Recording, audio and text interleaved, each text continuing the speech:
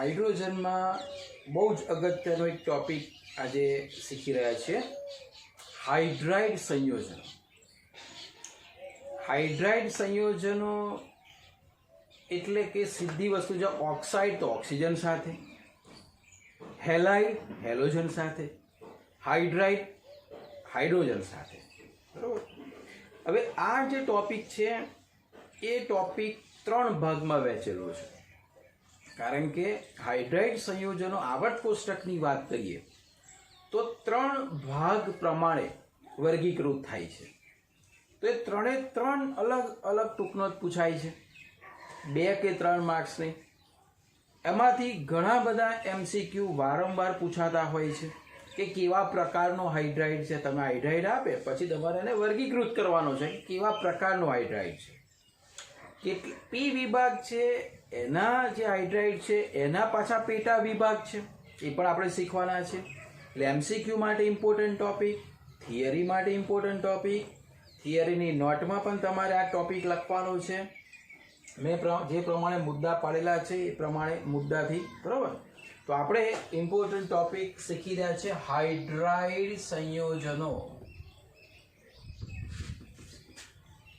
Hydrogen આપણે વાત કરીએ તે પણ બહુ સિમ્પલ રચના ધરાવે છે. ઉમદા વાયુ સિવાય, એટલે કે 18મા સમૂહમાં પેલા હિલિયમ, નિયોન, આર્ગોન એ બધા તત્વો સિવાય, કારણ કે એ તો બધા નિષ્ક્રિય છે અને કોઈની સાથે ફાવતું નથી. હાઇડ્રોજનને બધા સાથે ફાવે. બરાબર. એટલે તો પૃથ્વી ઉપર હાઇડ્રોજનના અસંખ્ય સંયોજનો છે.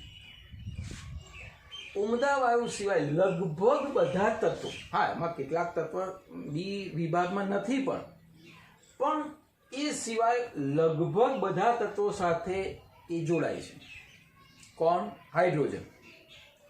અને દ્વિઅંગી સંયોજન એટલે સીધી વસ્તુ છે, હાઇડ્રોજનની વેલેન્સી જ એક છે એટલે એની જોડે બીજું કઈ તત્વ જોડાય એટલે દ્વિઅંગી સંયોજન તરીકે હાઇડ્રાઇડ બને છે. તો આ જે દ્વિઅંગી સંયોજન બને છે એનું નામ હાઇડ્રાઇડ. ફરીથી, હાઇડ્રોજન ઉમદા વાયુ સિવાય લગભગ બધા તત્વો સાથે જોડાય છે અને દ્વિઅંગી સંયોજન બનાવે છે જે હાઇડ્રાઇડ તરીકે ઓળખાય છે. જનરલી એનું સૂત્ર આવું છે, E એટલે એલિમેન્ટ્સ, કોઈ પણ તત્વ, અને H એક જ છે એટલે અહીંયા એલિમેન્ટ જોડે અહીંયા 1 આવશે. બરાબર. અને અહીંના જેટલો ઓક્સિડેશન આંક છે એ Xમાં જશે. બહુ સીધી વસ્તુ છે. એટલે જનરલી EHX ફોર્મ્યુલા હાઇડ્રાઇડની લખી શકીએ.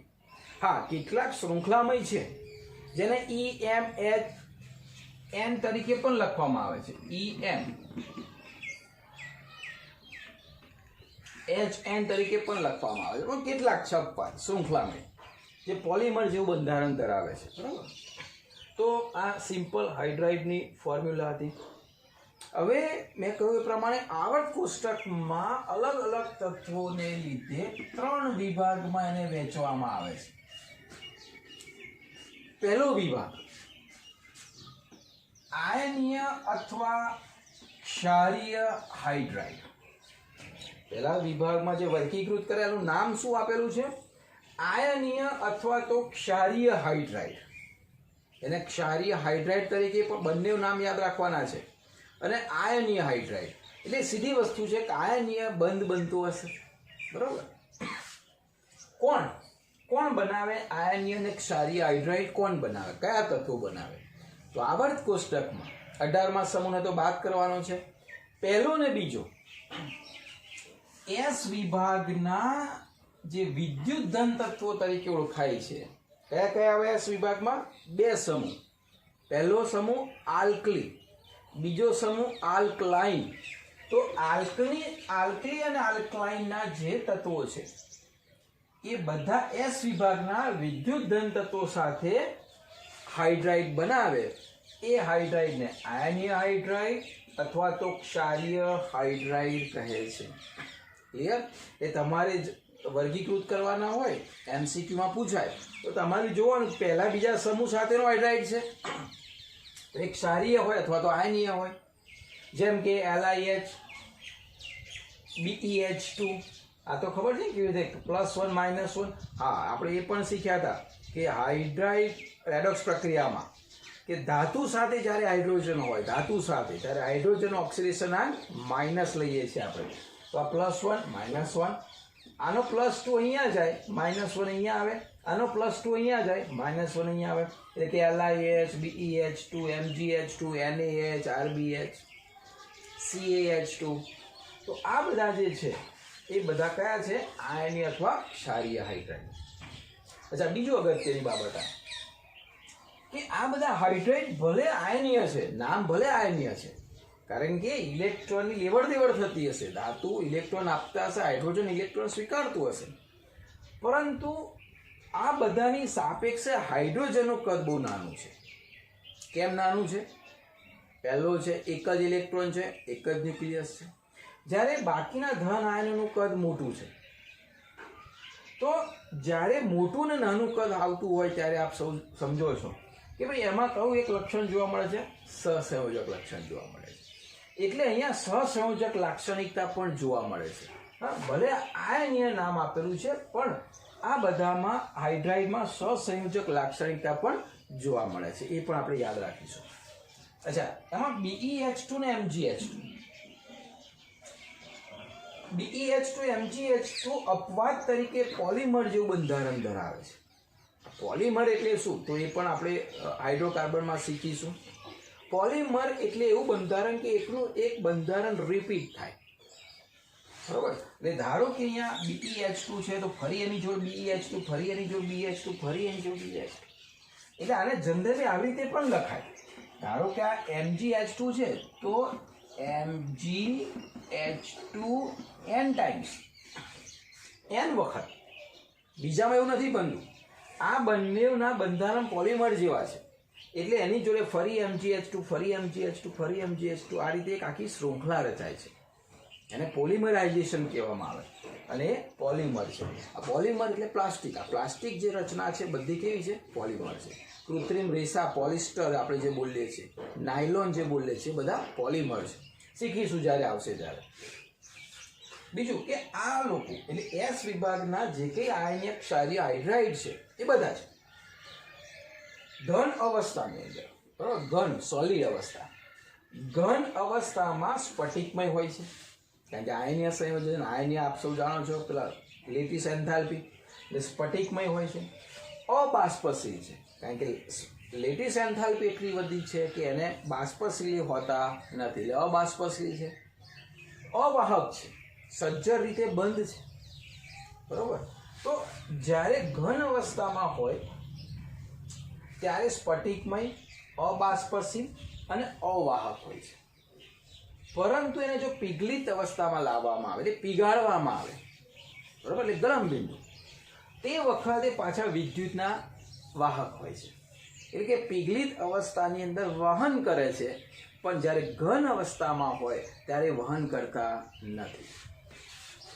જો એનું એક ઉદાહરણ લઈએ કે પીગલિત અવસ્થામાં હોય એટલે બહુ સીધી વસ્તુ, આયન છૂટા પડ્યા હશે, એટલે કે અહીંયા જે પણ ધન હશે એમ લઈએ આપણે તો એ પ્લસ હશે, તો આ માઇનસ હશે. તો ટ્વાઇસ H માઇનસ પીગલિત અવસ્થામાં જો વિદ્યુત વિભાજન કરવામાં આવે, સમજો, જો વિદ્યુત વિભાજન કરવામાં આવે એટલે પછી યાદ કરો એનોડ કેથોડ. એનોડ ઉપર ઓક્સિડેશન અને કેથોડ ઉપર રિડક્શન.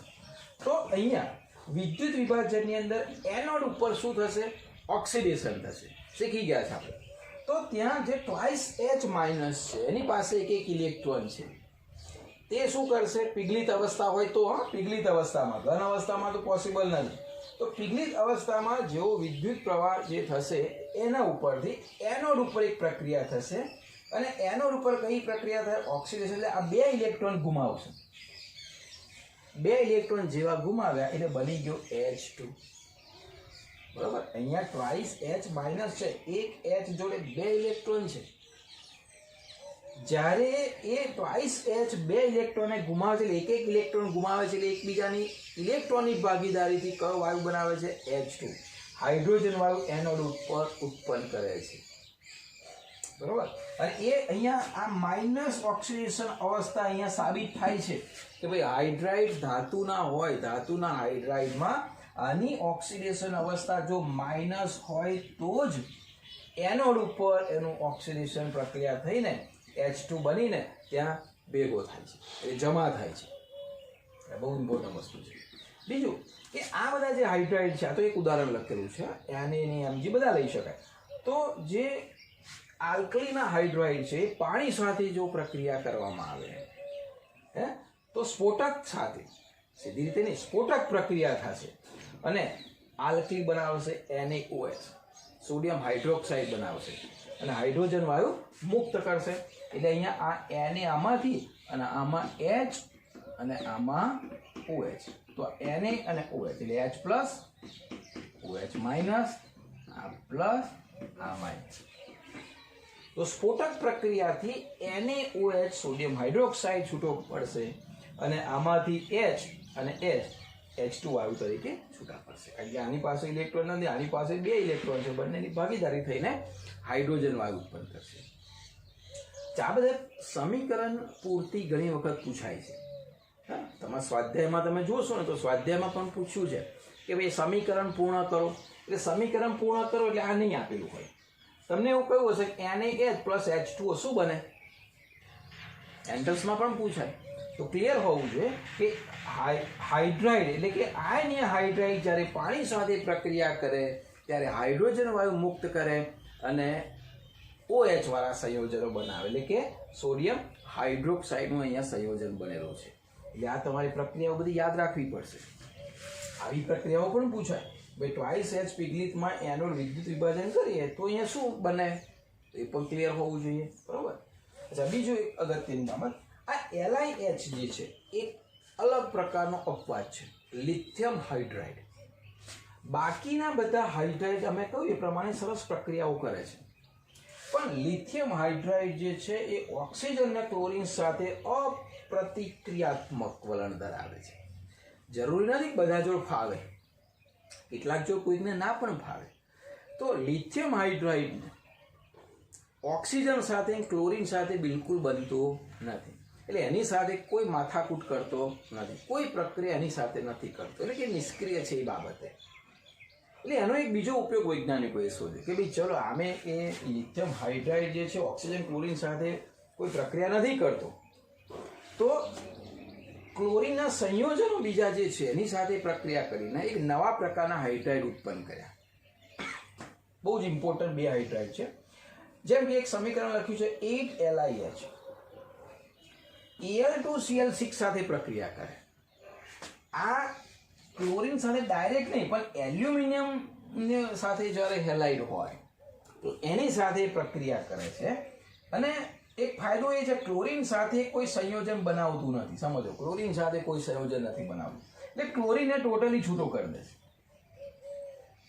તો આ LiH જે છે એ Al2Cl6 સાથે પ્રક્રિયા કરીને, સમજો Al કેટલા છે, 2 છે, તો આમાંથી 2 Li લેશે, 2 Li 2 Al અને H4, આવું એક સંયોજન બનાવશે.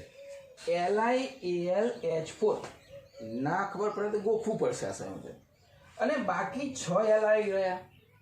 અહીંયા Cl કેટલા છે, 6, એટલે આમાંથી 6 Cl અને 6 Li અલગ થઈને 6 LiCl બનાવશે. લિથિયમ ક્લોરાઇડ છૂટું પડશે. બરાબર. આવી રીતે પણ યાદ રાખો કે Cl 6 Li ને લઈને બહાર નીકળી જાય છે. બાકી કોણ રહ્યા, તો કે અહીંયા 6 Li નીકળી ગયા એટલે 2 Li રહ્યા, 2 Al રહ્યા. બરાબર. અને હાઇડ્રોજન કેટલા રહ્યા, 8. તો એનું સંયોજન બને 4 દુ 8, 2 Al 2 Li. આનું નામ છે લિથિયમ એલ્યુમિનિયમ હાઇડ્રાઇડ. બહુ જ ઇમ્પોર્ટન્ટ, લિથિયમ એલ્યુમિનિયમ હાઇડ્રાઇડ. 2 ધાતુઓ છે અહીંયા જુઓ. આના કરતાં આની વિદ્યુતઋણતા વધારે, એના કરતાં આની વિદ્યુતઋણતા વધારે. અને આ ને આ બંને આપણે એના જેવું જ સંયોજન બને છે, એ પણ સમજાવી દઉં. ટ્વાઇસ LiH પ્લસ B2H6 આપણે શીખવાના છે P વિભાગમાં, બરોબર. ટ્વાઇસ LiH પ્લસ B2H6 એટલે કે બોરોનનો જે હાઇડ્રાઇડ છે એ બોરોનના હાઇડ્રાઇડ સાથે લિથિયમ હાઇડ્રાઇડ પ્રક્રિયા કરીને આના જેવું જ સંયોજન બનાવે છે. અહીંયા લિથિયમ એલ્યુમિનિયમ હાઇડ્રાઇડ હતા, અહીંયા લિથિયમ બોરો હાઇડ્રાઇડ છે. આ એલ્યુમિનિયમ ને બોરોન બંને એક જ સમૂહના છે, ઓળખતા હશો બંને, ઉપર બોરોન નીચે એલ્યુમિનિયમ, એક જ પ્રકારનું સંયોજન બનાવે LiAlH4 LiBH4. આનું નામ છે લિથિયમ બોરો હાઇડ્રાઇડ, લિથિયમ એલ્યુમિનિયમ હાઇડ્રાઇડ. આ બંને પ્રબળ, આ બંને બરાબર પ્રબળ રિડક્શન કરતા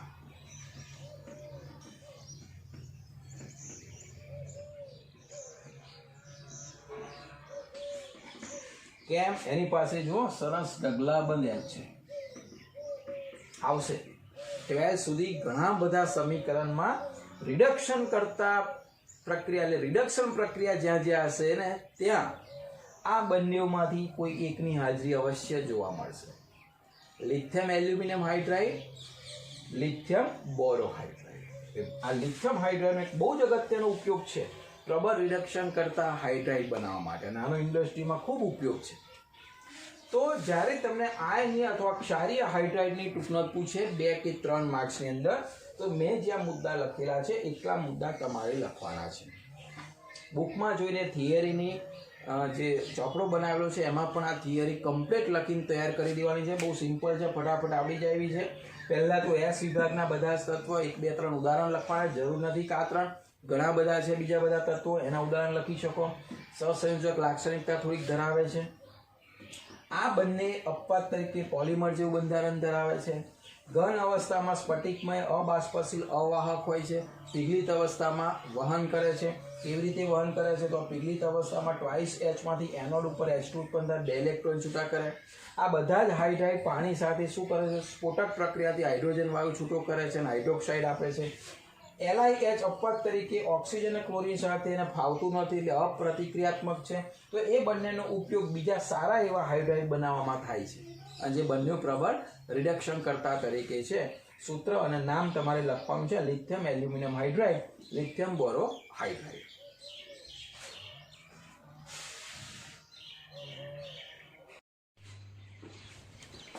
ચલો, હાઇડ્રાઇડમાં બીજા નંબરનો જે પ્રકાર છે એ છે સહસંયોજક.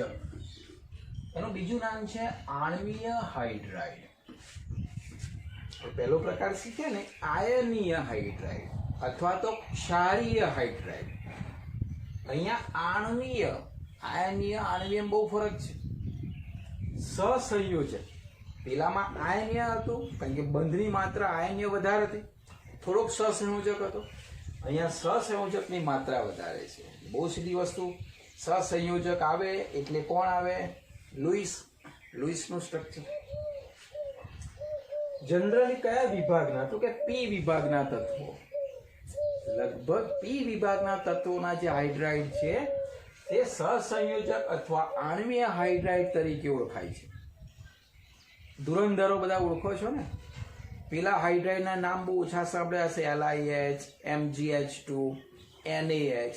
આ તો વારંવાર જ્યારથી કેમેસ્ટ્રી 4થા 5મા ધોરણમાંથી શીખ્યા ત્યારથી આ બધા ધુરંધરોને ઓળખતા હશો. CH4, NH3, H2O. આ તો જન્મ્યા ત્યારથી ભલે ઓળખતા નહીં હોય, એનો ઉપયોગ તો કરતા આવ્યા છો. HF. તો આ બધા જે છે, જે વારંવાર તમે એને નાનપણથી ઓળખો છો, એ બધા કયા સહસંયોજક હાઇડ્રાઇડ છે. બધા હાઇડ્રાઇડ છે. સહસંયોજક બંધ ધરાવે છે એટલે કે બધાના લક્ષણો સહસંયોજક છે એટલે બાષ્પશીલ છે. કારણ કે સ્ફટિક રચના છે ને એટલે બાષ્પશીલ, બરોબર? એ બાષ્પમાં રૂપાંતર થાય છે. ઉદાહરણ જેમ કે H2 ને તો ઓળખો છો ને, બાષ્પશીલ. થોડાક ટાઈમ પછી હવામાં. તો આ બધા કેરેક્ટર છે સહસંયોજક અને આણ્વીય હાઇડ્રાઇડના છે. ત્યાં 3 વિભાગમાં એને વહેંચવામાં આવે છે. કોના આધારે? સહસંયોજક છે એટલે લુઈસ અંકલને તો યાદ કરવા જ પડે. લુઈસ અંકલે આપણને શીખવાડ્યું છે કે ભાઈ અષ્ટક પૂર્ણ કરવા, તો લુઈસ સંરચનાને આધારે ઇલેક્ટ્રોનની સંખ્યાને આધારે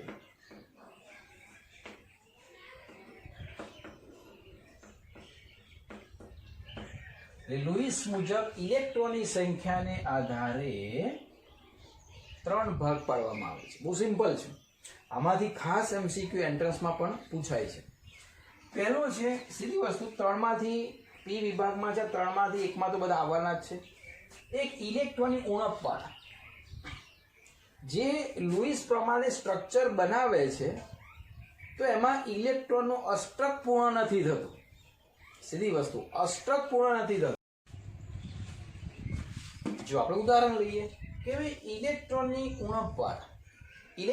ઉણપવાળા એટલે કે અપૂરતા ઇલેક્ટ્રોન, જેની પાસે પૂરતા ઇલેક્ટ્રોન નથી. પૂરતા ઇલેક્ટ્રોન નથી શાના માટે? અષ્ટક માટે. અષ્ટક પૂર્ણ નથી થતું. જેમ કે સિમ્પલ ઉદાહરણ AlH3, aluminium hydride. Actually aluminium hydride આપણે જ્યારે શીખીશું ત્યારે Al2H6 આ રીતે આવશે. B2H6 જેને ડાયબોરેન કહેવાય છે. આ બધા કેવી રીતે ઇલેક્ટ્રોનની ઉણપ ધરાવે? તો ઉદાહરણ લઈએ તો Al છે, એની પાસે 3 ઇલેક્ટ્રોન છે. ચલો, હાઇડ્રોજનનો 1 ઇલેક્ટ્રોન, હાઇડ્રોજનનો 1 ઇલેક્ટ્રોન, હાઇડ્રોજનનો 1 ઇલેક્ટ્રોન. તો અહીંયા અષ્ટક પૂર્ણ નથી થતું. જો અષ્ટક અપૂર્ણ થાય છે કારણ કે 2 2 4 અને 2 6 જ ઇલેક્ટ્રોન આવે છે. લુઈસ અંકલ આપણને એવું શીખવાડે છે કે અષ્ટક પૂર્ણ થવું જોઈએ. તો અહીંયા લુઈસ પ્રમાણે અષ્ટક પૂર્ણ થતું નથી, એટલે કે અષ્ટક અપૂર્ણ રહે છે. તો અપૂરતા ઇલેક્ટ્રોન વાળા બધા જ ઇલેક્ટ્રોન ઉણપ વાળા સહસંયોજક અથવા તો આણ્વીય હાઇડ્રાઇડ તરીકે ઓળખાય છે. હવે જનરલી આવર્ત કોષ્ટકની અંદર ટોટલી સમૂહની વાત કરીએ તો કેટલા છે? પી વિભાગમાં, પી વિભાગની વાત કરીએ છીએ કારણ કે આપણે પી વિભાગના તત્વોને વર્ગીકૃત કરીએ છીએ. તો પી વિભાગમાં 13 થી 18 સમૂહનો સમાવેશ થાય છે. એમાં આપણે શરૂઆતમાં જોયા, આ તો 18માં સમૂહ તો ટોટલી કેન્સલ છે કારણ કે એ તો એકદમ નિષ્ક્રિય છે.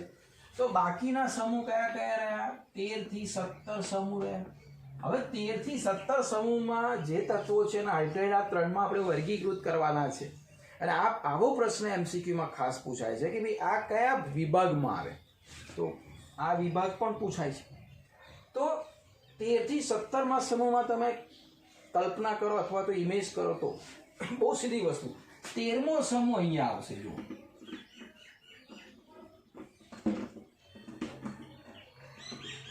જે લગભગ 13મા સમૂહના બધા જ તત્વો ઇલેક્ટ્રોનની ઉણપવાળા હશે, એટલે કે અપૂરતા ઇલેક્ટ્રોન ધરાવતા હશે. અપૂરતા એટલે કે અષ્ટક પૂર્ણ કરતા નથી. એ બધાનો સમાવેશ ઇલેક્ટ્રોન ઉણપવાળા સહસંયોજક હાઇડ્રાઇડમાં થાય. અને ઇલેક્ટ્રોનિક ઉણપવાળાનું બીજું એક નામ લુઈસ અંકલના નામ પરથી શીખ્યા હતા. બધા ઇલેક્ટ્રોન સ્વીકારવાળા છે એટલે આ બધા જ લુઈસ એસિડ તરીકે વર્તે. બરોબર, લુઈસ એસિડ એટલે ઇલેક્ટ્રોન ગ્રાહી, અને આપણે એવું કહેવાય કે ઇલેક્ટ્રોન ગ્રાહી તરીકે વર્તે. બધા ઇલેક્ટ્રોન સ્વીકારવા વાળા, કારણ કે અષ્ટક પૂર્ણ થતું નથી. બરોબર, આ એક વિભાગ અહીંયા લખ્યો. બીજો વિભાગ ઇલેક્ટ્રોન પરિશુદ્ધ. પરિશુદ્ધનો મતલબ અહીંયા એવું લઈશું કે ઇલેક્ટ્રોન પૂરતા, અહીંયા કમ્પ્લીટ પૂરતા ઇલેક્ટ્રોન. પૂરતા એટલે ભાઈ જેટલા અષ્ટકમાં જોઈએ એટલા, બરોબર, ઓછા નહીં, ઉણપવાળા નહીં. કયા કયા સમૂહ આવે અહીંયા? ઇલેક્ટ્રોન હાઇડ્રાઇડની વાત છે. હાઇડ્રાઇડ સાથે ઇલેક્ટ્રોનિક ભાગીદારી એટલે બહારથી એક જ ઇલેક્ટ્રોન મળવાનો છે. તો બહુ સીધી વસ્તુ છે. અહીંયા તો એક ઉદાહરણ લઈએ, કાર્બનની પાસે 4 ઇલેક્ટ્રોન, એની પાસે હાઇડ્રોજનનો 1 ઇલેક્ટ્રોન, અહીંયા એક હાઇડ્રોજનનો ઇલેક્ટ્રોન, અહીંયા એક હાઇડ્રોજનનો ઇલેક્ટ્રોન, અહીંયા એક હાઇડ્રોજનનો ઇલેક્ટ્રોન. 2 2 4 2 6 અને 2 8 અષ્ટક પૂર્ણ. આ જગ્યાએ શું થવાનું? અષ્ટક પૂર્ણ થવાનું. અષ્ટક પૂર્ણ થાય એટલે કે પૂરતા ઇલેક્ટ્રોન ધરાવતા બધા જ ઇલેક્ટ્રોન પરિશુદ્ધ સહસંયોજક હાઇડ્રાઇડમાં આવે. કયા સમૂહના આવે? 13મો સમૂહ તો અહીંયા એંગેજ થઈ ગયો. અહીંયા કયા સમૂહના આવવાના? બહુ સીધી વસ્તુ છે, 14મા સમૂહના. બધા તત્વો અહીંયા આવશે, એના બધા જ હાઇડ્રાઇડ. તે કાર્બન વાળો જે સમૂહ છે બધા જ હાઇડ્રાઇડ ઇલેક્ટ્રોન પરિશુદ્ધ વાળા છે. ત્રીજો નંબરનો મુદ્દો જે છે તે ઇલેક્ટ્રોન ધનિક પૈસાદાર વધારે. આ બધા જ ઉણપ વાળા, આ બધા જ કમ્પ્લીટ. અહીંયા ઇલેક્ટ્રોન વધે છે. ઇલેક્ટ્રોન વધે એટલે અહીંયા વધારાના ઇલેક્ટ્રોન હોય છે.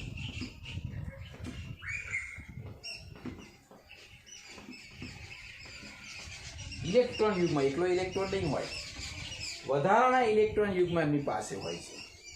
એટલે અષ્ટક કરતાં પણ વધારે. અષ્ટક પૂર્ણ થઈ ગયા હોય પણ અષ્ટક પૂર્ણ થયા ઉપરાંત બંધમાં ભાગ નથી લેતા એવા ઇલેક્ટ્રોન. એ બાબતની ખાસ ચર્ચા કરીશું. વધારાના ઇલેક્ટ્રોન એટલે આપણે એને અબંધકારક કહીએ છીએ.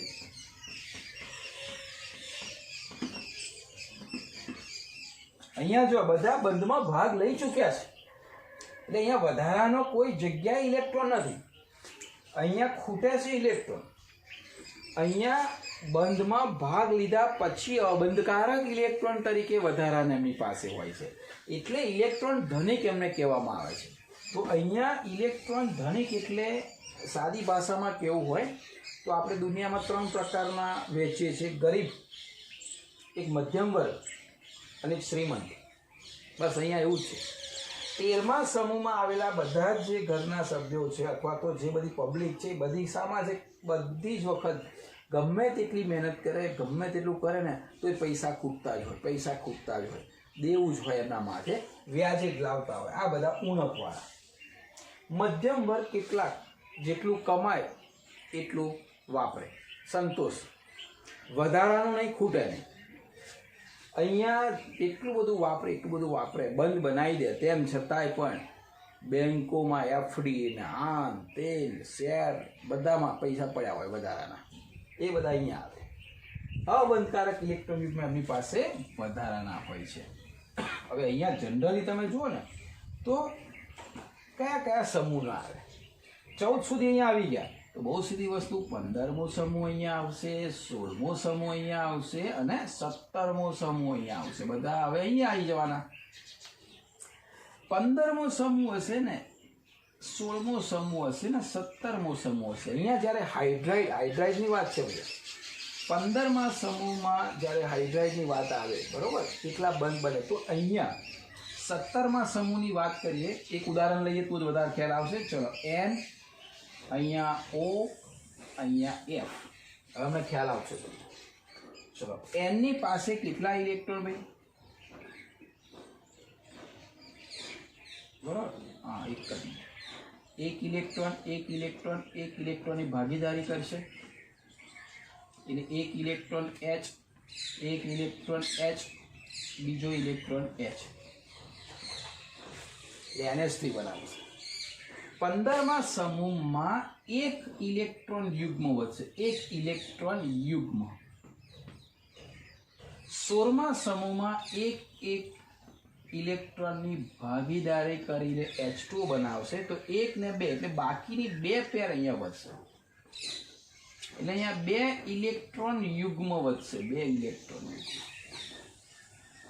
જ્યારે F જે છે એ એક હાઇડ્રોજન સાથે બંધ બનાવશે. એની પાસે 1, 2 અને 3 ઇલેક્ટ્રોન યુગ્મ વધવાના છે એની પાસે. બરોબર.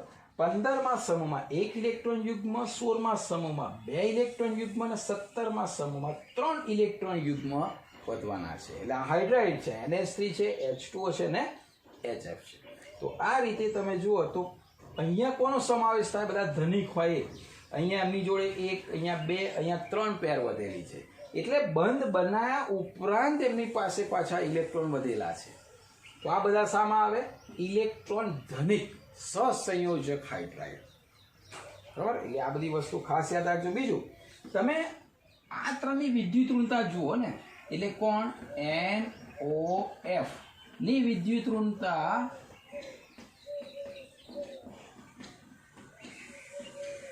વધુ છે. આવર્ત કોષ્ટકમાં આ ત્રણની વિદ્યુત ઋણતા સૌથી વધારે છે. એટલે આ બધા જે વિદ્યુત ઋણતા વધારે હોય ને, હાઇડ્રાઇડ જ્યારે હોય ત્યારે આપણે શીખી ગયા કયો બંધ બનાવે? હાઇડ્રોજન બંધ બનાવે. અને હાઇડ્રોજન બંધને લીધે આ બધાના ઉત્કલન બિંદુ સમૂહમાં બીજા બધા તત્વો નીચે જાઓ તેમ વધે એની જગ્યાએ અહીંયા ઉપરના સૌથી વધારે છે. આ ત્રણના NH3, H2O અને HF, એમના ઉત્કલન બિંદુ એના નીચેના જે તત્વો છે એના કરતાં વધારે છે. કેમ વધારે છે? કારણ કે એમની વચ્ચે પાછો હાઇડ્રોજન બંધ પણ બને છે.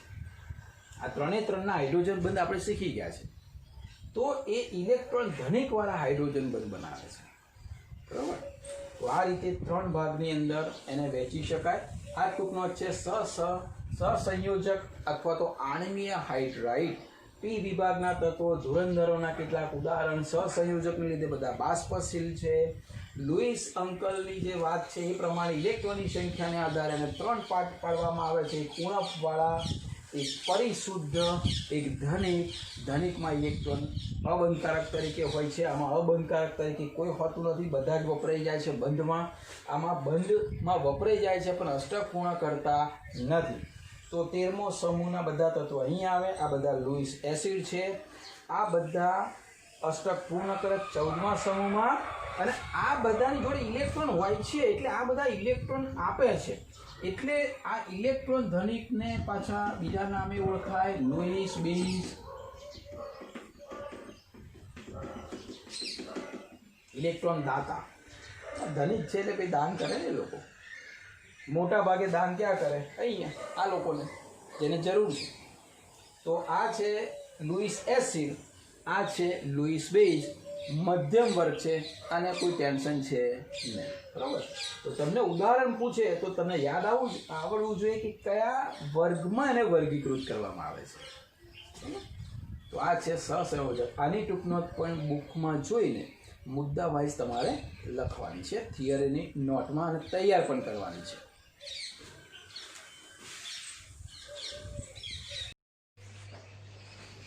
ત્રીજા નંબરનો અને ખૂબ જ અગત્યનો પ્રકાર ધાત્વીય બિનતત્વયોગમિતીય અને આંતરાલીય. ત્રણના નામ એક સમાન છે, જુદા જુદા નથી.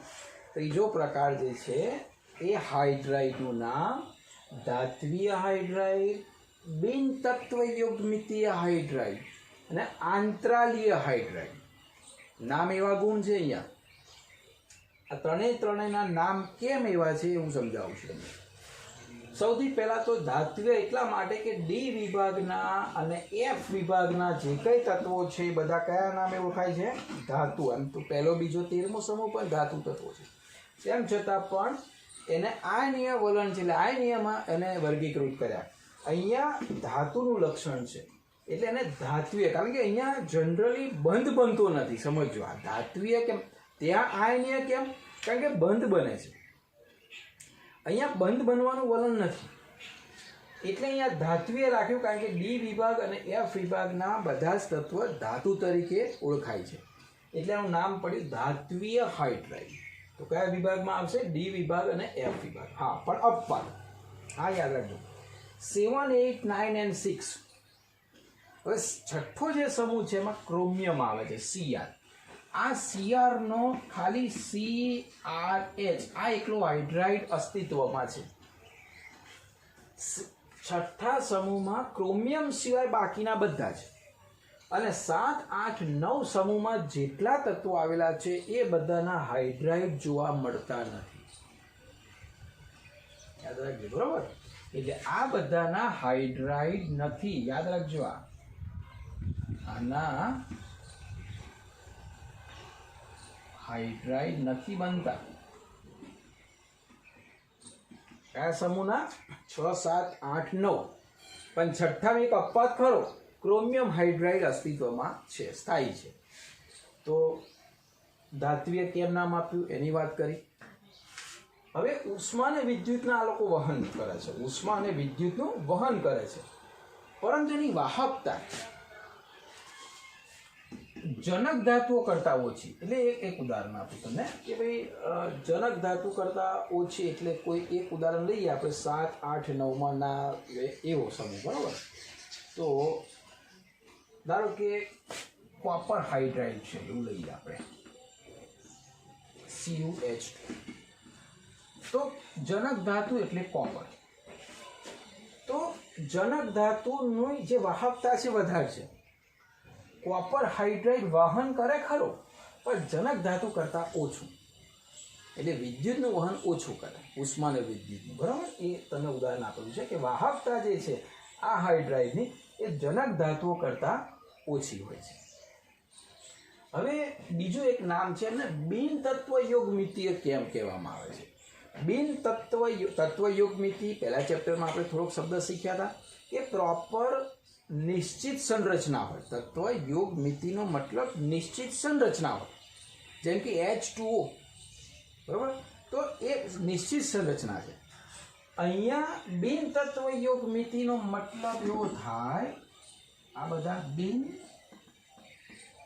તત્વયોગમિતિય નો મતલબ એવો થાય નિશ્ચિત સંરચના નથી.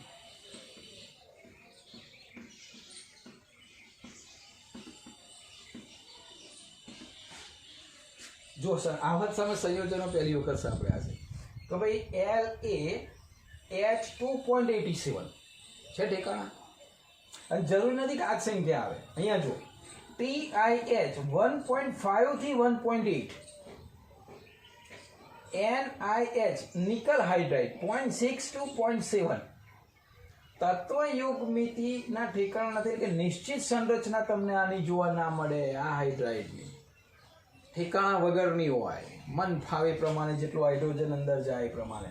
YbH 2.55, જે રીતે H2O, NH3, CH4 કેવી ફિક્સ છે, પી વિભાગની કેટલી સરસ ફિક્સ છે, અહીંયા ફિક્સ નથી જો, એટલે એનું નામ શું પડ્યું? બિન તત્વયુગ્મિતીય હાઇડ્રાઇડ. અહીંયા હાઇડ્રાઇડના ઠેકાણા નથી, હાઇડ્રોજન કેટલું જાય. હવે ત્રીજું નામ છે આંતરાલીય. હવે આંતરાલ્ય કેમ પડ્યું એનું નામ? તો એનું કારણ એ છે કે અગાઉ એવું વિચાર હતો, હવે નવા સંશોધનમાં થોડુંક ચેન્જ થયું છે, પણ આ લોકોના જે સંયોજનો હતા ધાતુ, એ ધાતુ આપ સૌ જાણો છો આ રીતે ગોઠવેલા હોય એના અણુઓ.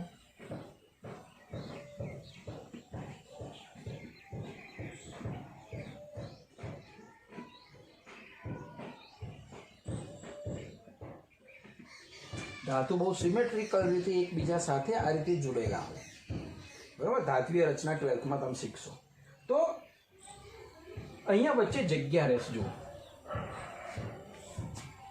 હવે વચ્ચે જગ્યા રહે છે એટલે હાઇડ્રોજન શું કરે છે? હાઇડ્રોજનનું કદ નાનું, આ ડી ને એફ વિભાગના તત્વોની સાપેક્ષે, એફ વિભાગના તો કેટલા મોટા કદ, ડી અને એફ વિભાગના તત્વોની સાપેક્ષે હાઇડ્રોજનનું કદ બહુ જ નાનું. એટલું નાનું છે કે એ હાઇડ્રોજન છે ને આ જે જગ્યા છે ને વચ્ચે એમાં જતો રહે છે.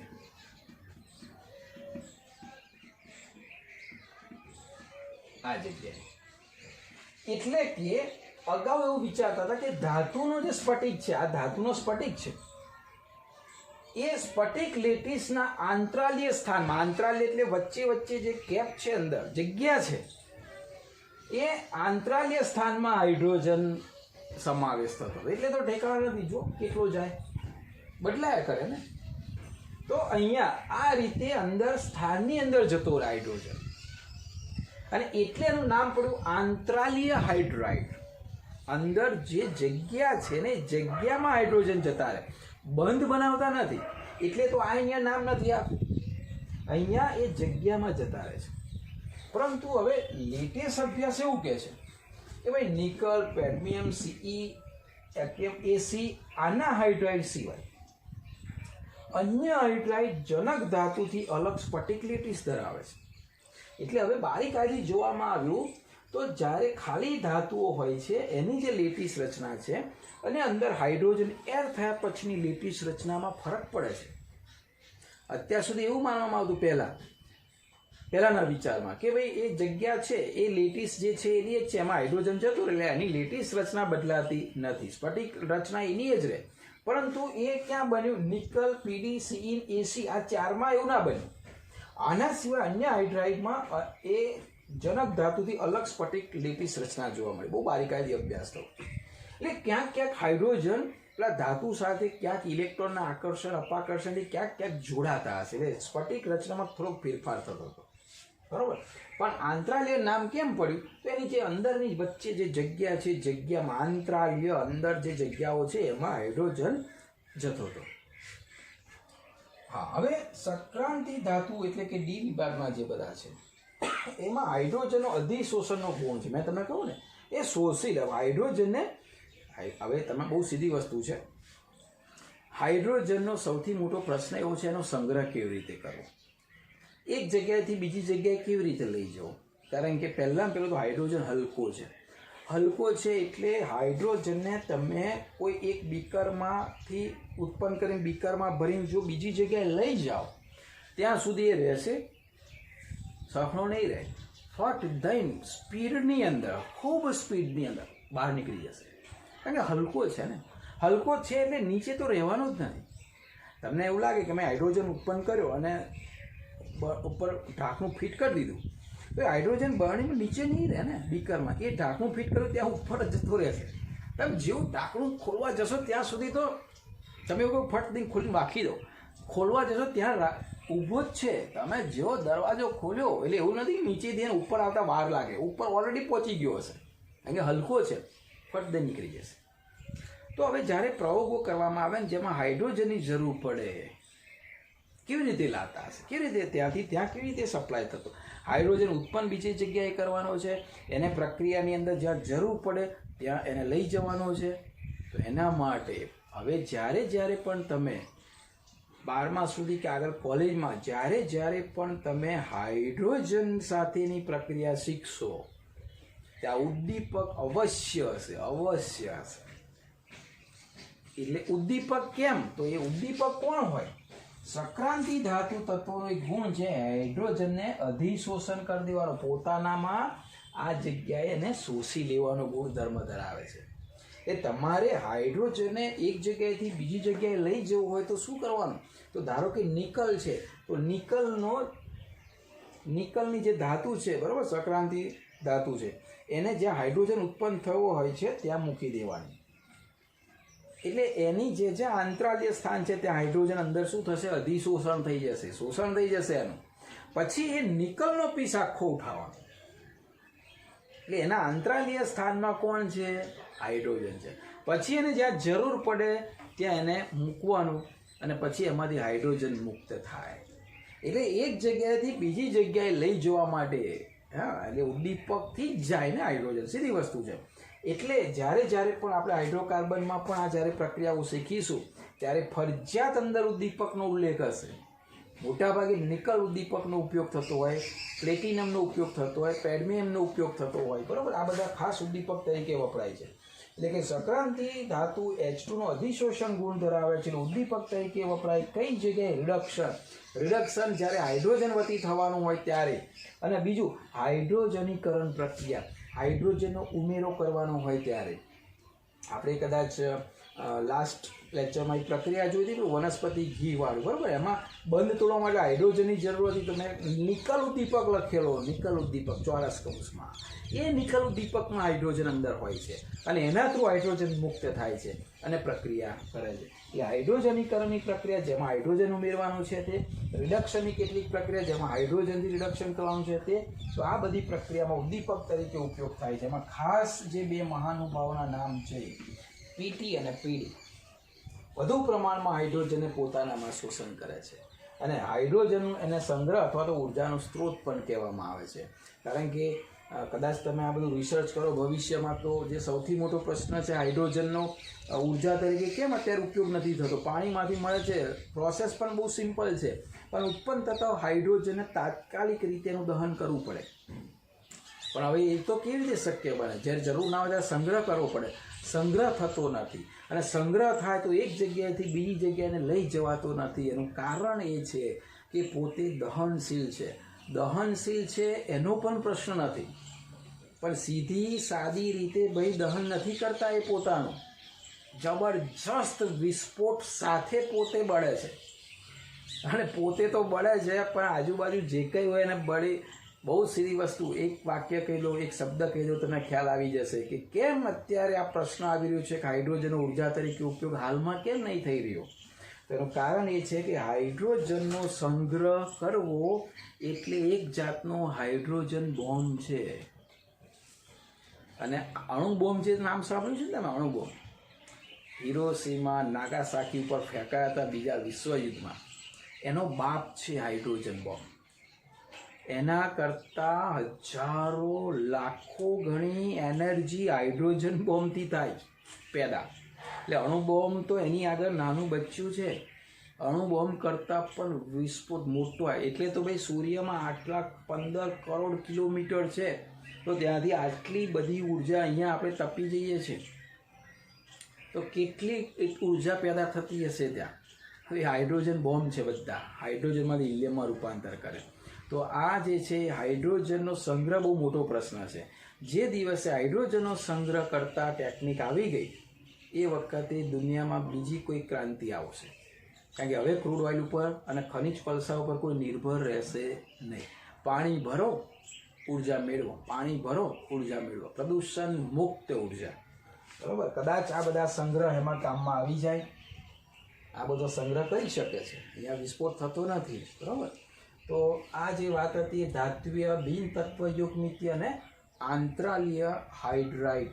આપણે 3 પ્રકાર શીખ્યા હાઇડ્રાઇડના. એક પ્રકાર શીખ્યા આયનીય હાઇડ્રાઇડ, અથવા તો આપણે એનું બીજું નામ શીખ્યા ક્ષારીય હાઇડ્રાઇડ.